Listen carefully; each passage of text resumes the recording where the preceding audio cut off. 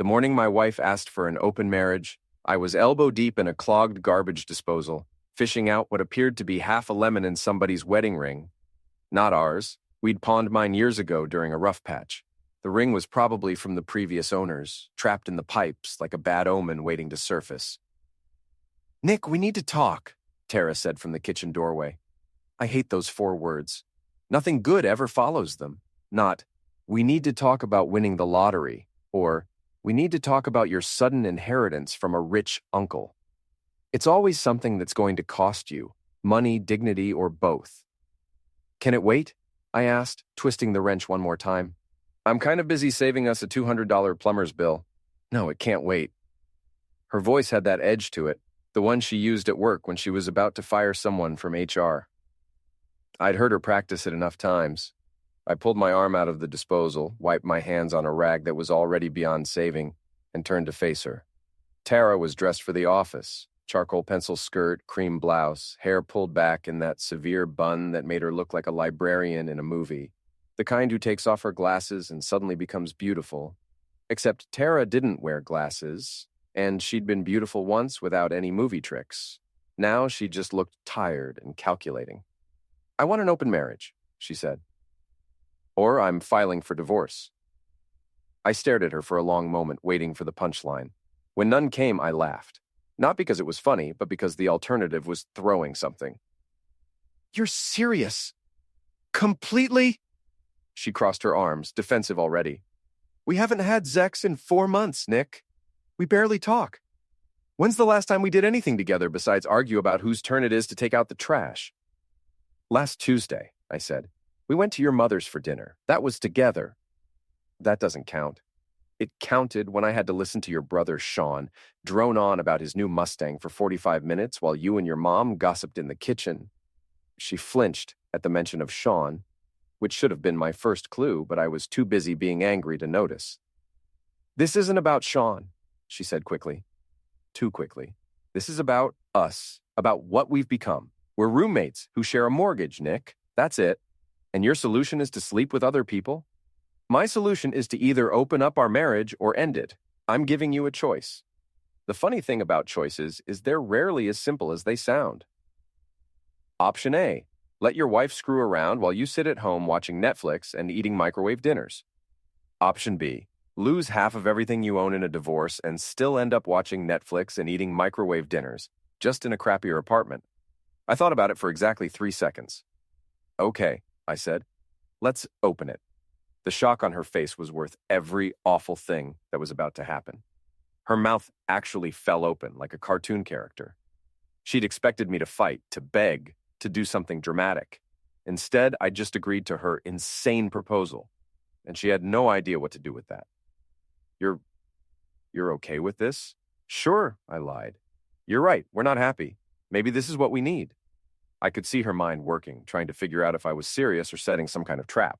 But I kept my face neutral, the same expression I used when inspecting buildings and finding code violations that were going to cost somebody thousands to fix. "Well, good," she said finally. "I'm glad you're being mature about this." Mature, right. I was being about as mature as a hand grenade with the pin pulled. "When do you want to start?" I asked. "Start? This open marriage thing. Do we need rules, guidelines, a spreadsheet?"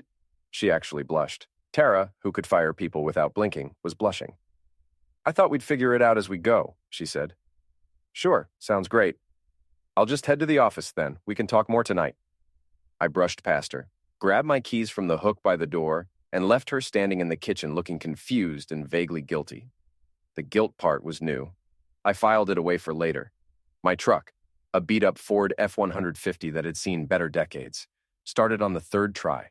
The radio came on blasting some pop song about love and heartbreak, and I punched it off so hard I nearly broke the button. The drive to Pete's place took 15 minutes, during which I violated at least 6 traffic laws and invented several new curse words. Pete Ramos lived in a duplex near the old industrial district, the kind of neighborhood where people minded their own business because everyone had something to hide. He'd been my best friend since high school, back when we were both stupid enough to think we'd make something of ourselves. He'd become a cop, I'd become a mechanic, and we'd both ended up disappointed in different ways. He answered the door in sweatpants and a t-shirt that said security consultant in faded letters. Security consultant was a fancy way of saying he installed cameras and alarm systems for people who could afford to be paranoid. "It's 8 in the morning," he said. "This better be good. Tara wants an open marriage." He blinked. "That's not good. That's a goddamn catastrophe. Get in here." His living room was exactly what you'd expect from a divorced ex-cop. Leather couch, flat-screen TV, empty beer bottles on the coffee table, and a firearm safe in the corner that probably held enough firepower to start a small war. "Tell me everything," he said, settling into his recliner like a therapist, except therapists probably didn't drink beer at 8 in the morning. Pete cracked one open and slid another across to me. I told him. All of it. The garbage disposal, the ultimatum, her weird reaction when I agreed. When I finished, he was quiet for a long moment, just staring at his beer like it held the answers to life's mysteries. "She's already sleeping with someone," he said finally. "What?" "Think about it, Nick. Women don't ask for open marriages out of nowhere. They ask because they've already got somebody lined up and they want permission to make it official. It's guilt management." The beer in my hand suddenly felt very heavy. "Who?" I asked. "You tell me. Who's she been spending time with? Who does she talk about? Any new friends, coworkers, gym buddies?" I thought back over the past few months. Tara had been working late a lot, but she always worked late. HR was a nightmare job that never really ended. She joined a gym in January, something about New Year's resolutions and getting healthy, and she'd been spending more time with her friends Chloe and Jess, the kind of women who thought girl power meant encouraging each other's worst impulses. "She's been going to the gym," I said slowly, "and hanging out with Chloe and Jess more." "The gym?" Pete nodded like I'd just confirmed something. "That's classic. Who else goes to this gym?" "I don't know. I've never been there. It's that fancy place downtown, the one with the juice bar and the yoga classes that cost more than my truck payment." "Find out," Pete said. "And while you're at it, find out who she's been texting. Check the phone records, credit card statements, anything that shows a pattern. That's kind of stalkerish." "No, stalking is following someone around with binoculars. This is due diligence. She opened the door, Nick.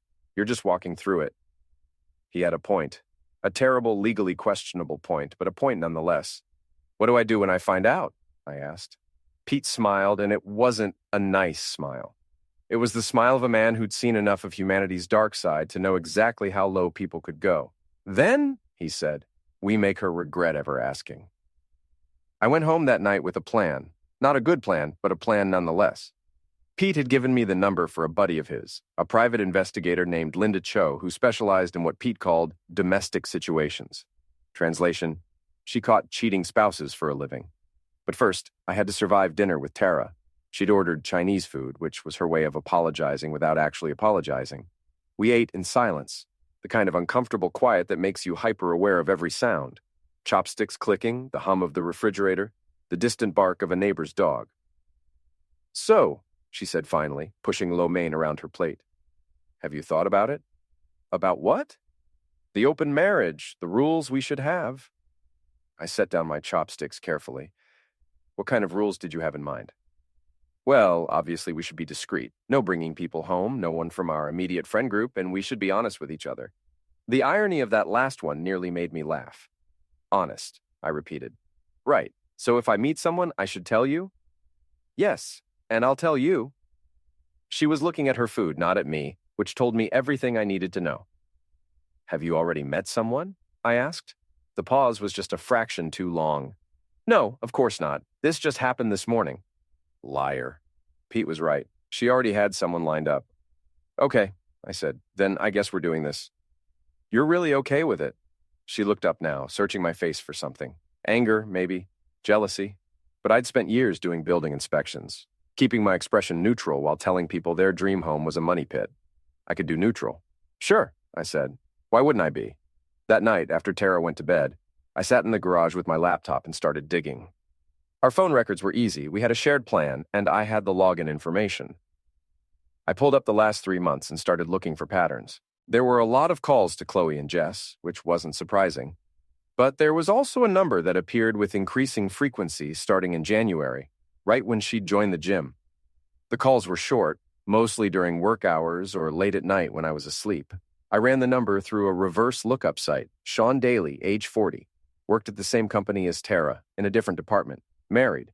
And according to his Facebook profile, which wasn't private because people are idiots, he drove a cherry red Mustang and spent a lot of time at the gym posting shirtless selfies with captions about grinding and the hustle. I stared at his profile picture for a long time. He had that look. The kind of guy who thought he was God's gift to women because he could bench press his body weight and knew how to use hair gel. The kind of guy who called women females and thought negging was flirting. My wife was sleeping with this guy, this walking cliché, this human protein shake.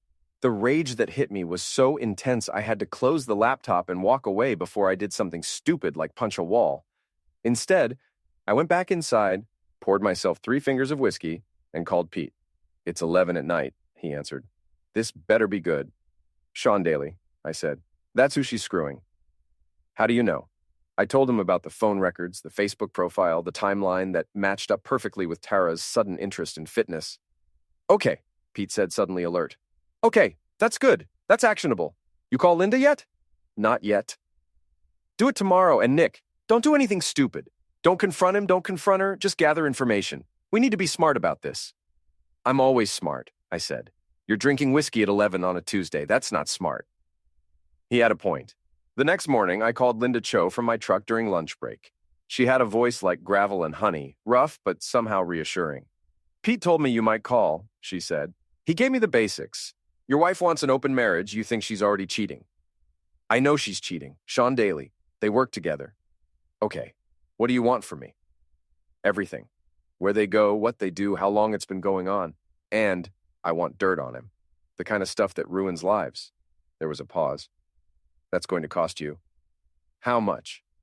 She named a figure that made me wince. It was half my savings, money I'd been putting aside for a new truck.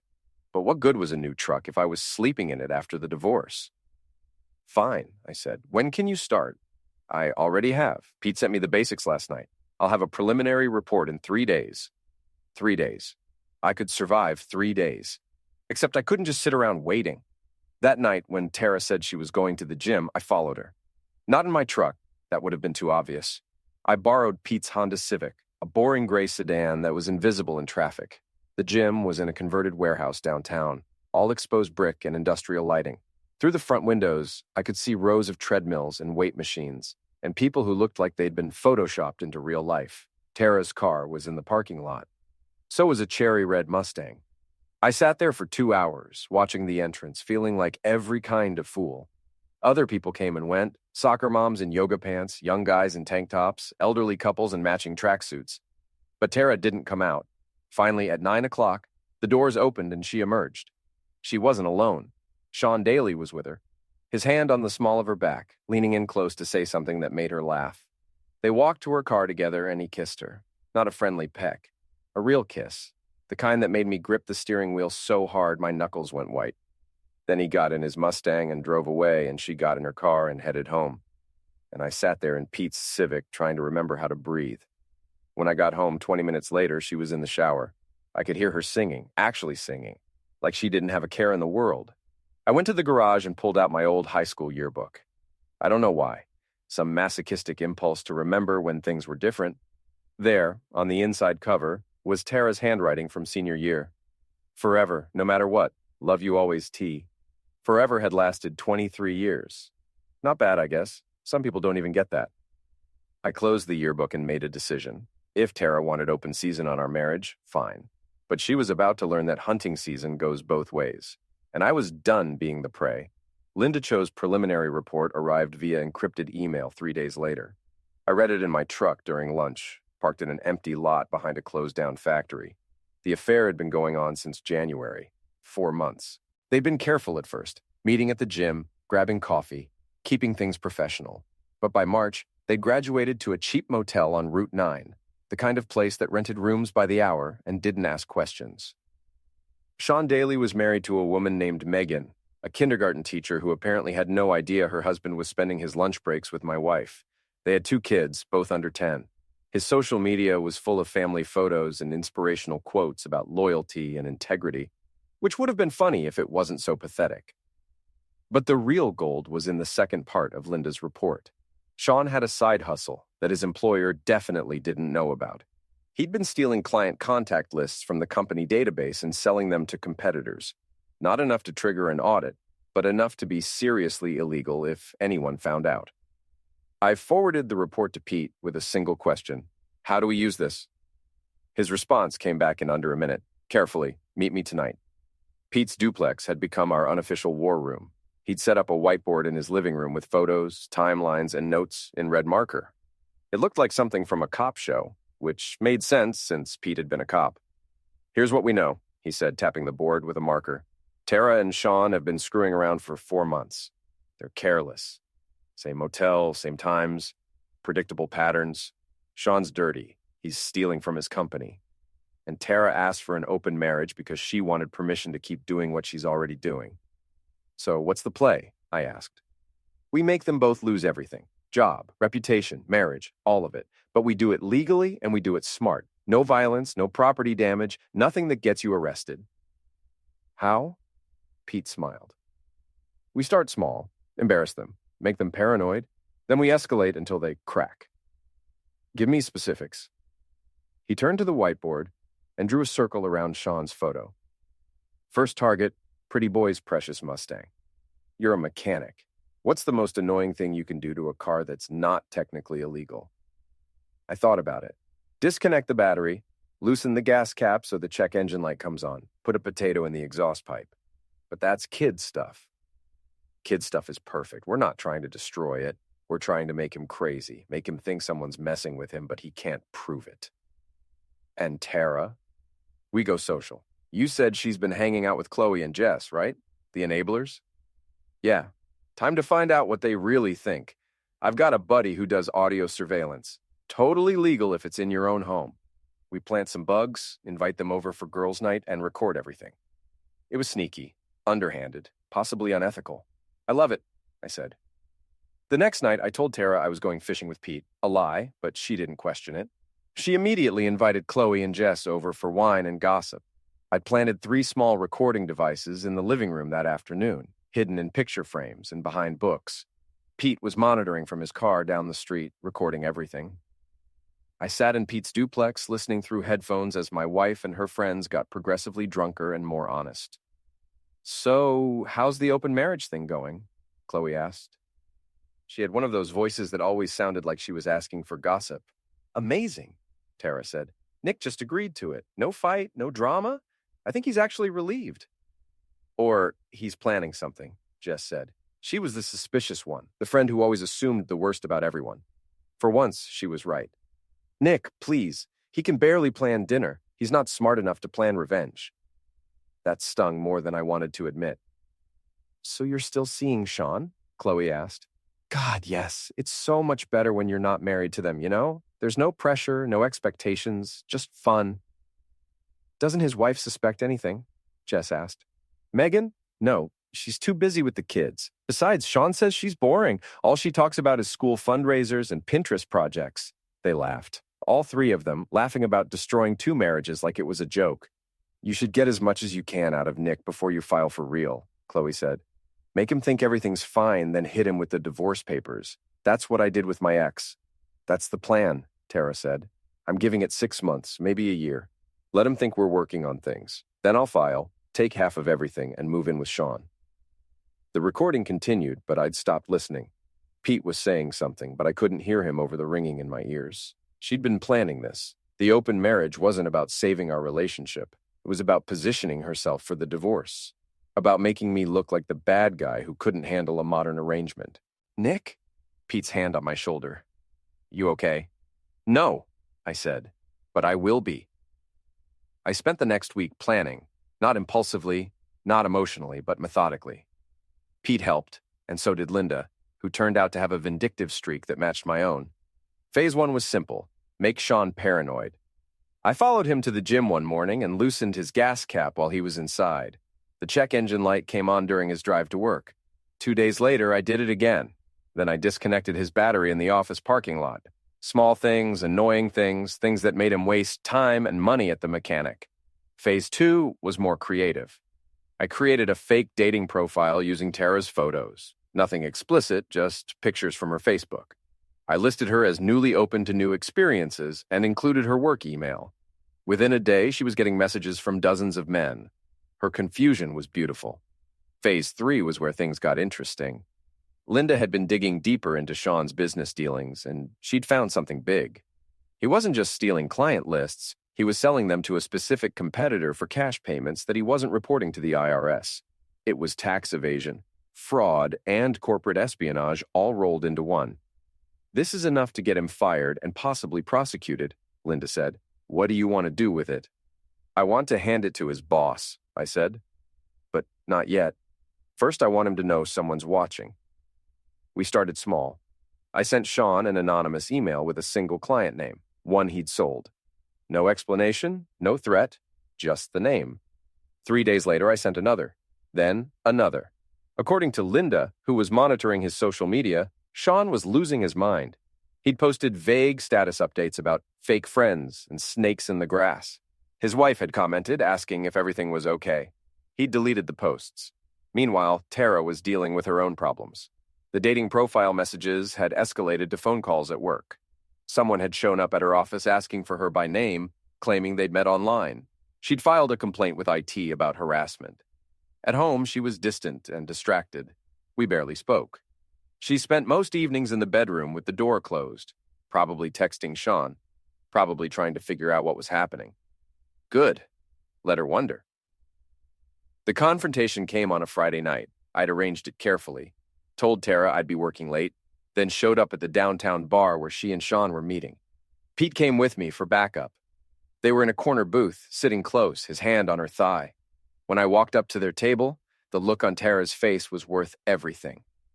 "Nick," she said, moving suddenly away from Sean, "what are you doing here?" "Having a drink," I said. "This is a public bar. I'm allowed." Sean stood up, all puffed chest and false bravado. "You need to leave, man." "Or what?" I looked him up and down. "You'll bore me to death talking about your Mustang? Tell me more about your hustle, Sean." "I love a good hustle." His face went pale. "I don't know what you're talking about."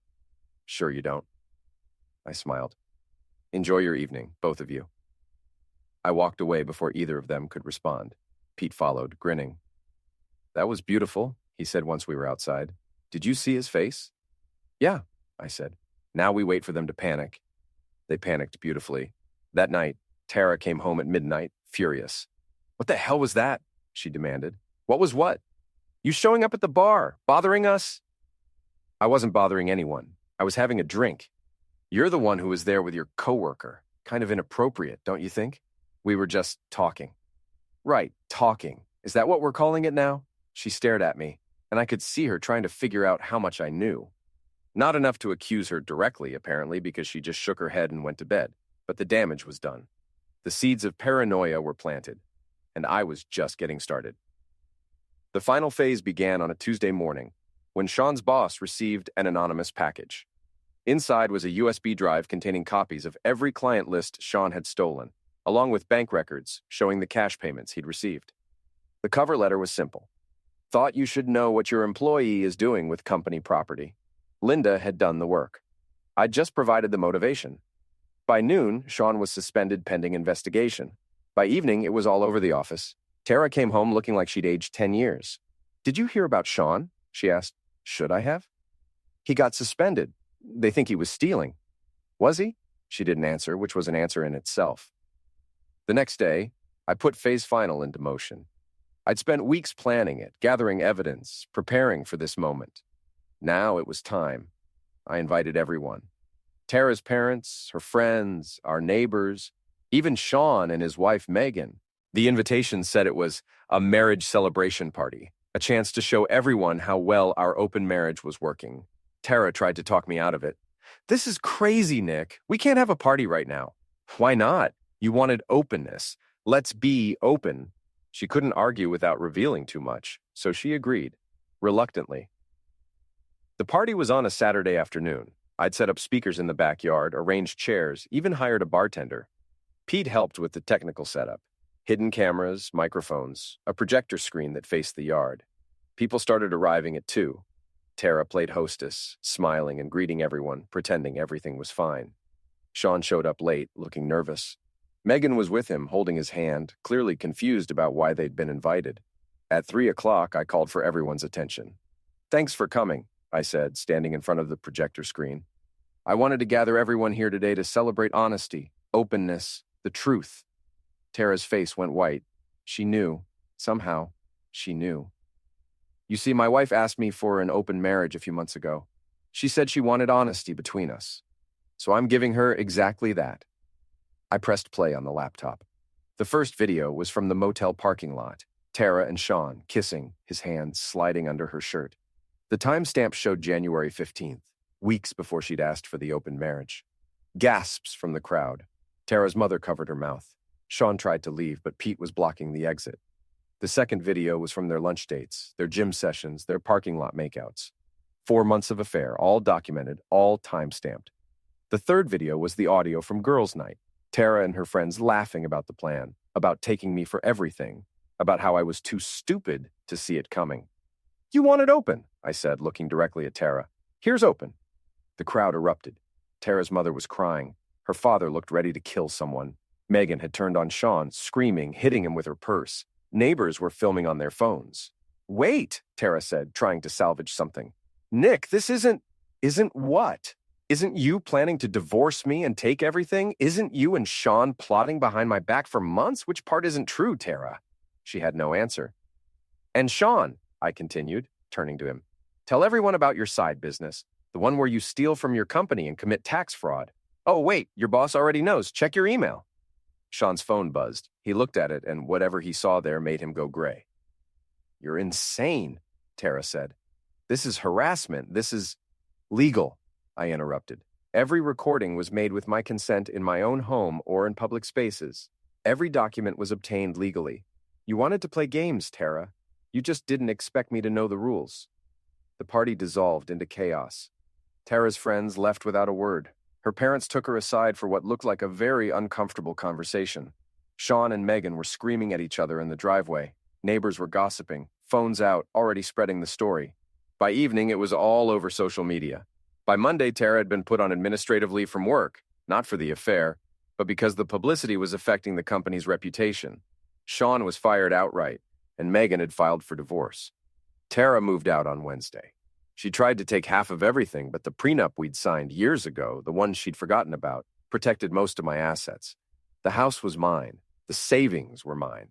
She got her car and her clothes and the satisfaction of knowing she'd destroyed her own life. I filed for divorce on Thursday. Fault-based, citing cheating. In our state, that mattered. It meant she got even less. The last time I saw Tara was in the lawyer's office. She looked smaller somehow, diminished. All the confidence and calculation had drained out of her, leaving behind someone I barely recognized. "I hope you're happy," she said. "I'm not," I told her honestly. "But I'm satisfied. There's a difference." She signed the papers without another word. Sean lost everything too. His job, his marriage, his reputation. Last I heard, he was working at a gym in another state, probably telling some new woman about his hustle while his Mustang sat in a storage unit he couldn't afford. As for me, I kept the house, kept my job, kept my dignity.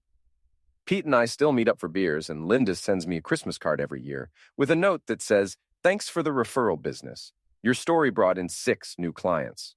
I'm not the same person I was when this started. That guy was naive, trusting, willing to believe the best in people. I'm harder now, more careful, more aware of how easily people can betray you when they think you're not watching. But I'm also free from a marriage built on lies. Free from a woman who saw me as a stepping stone to something better. Free from the weight of pretending everything was fine when it wasn't. Tara wanted an open marriage. Instead, she got open season. And in the end, I was the only one left standing.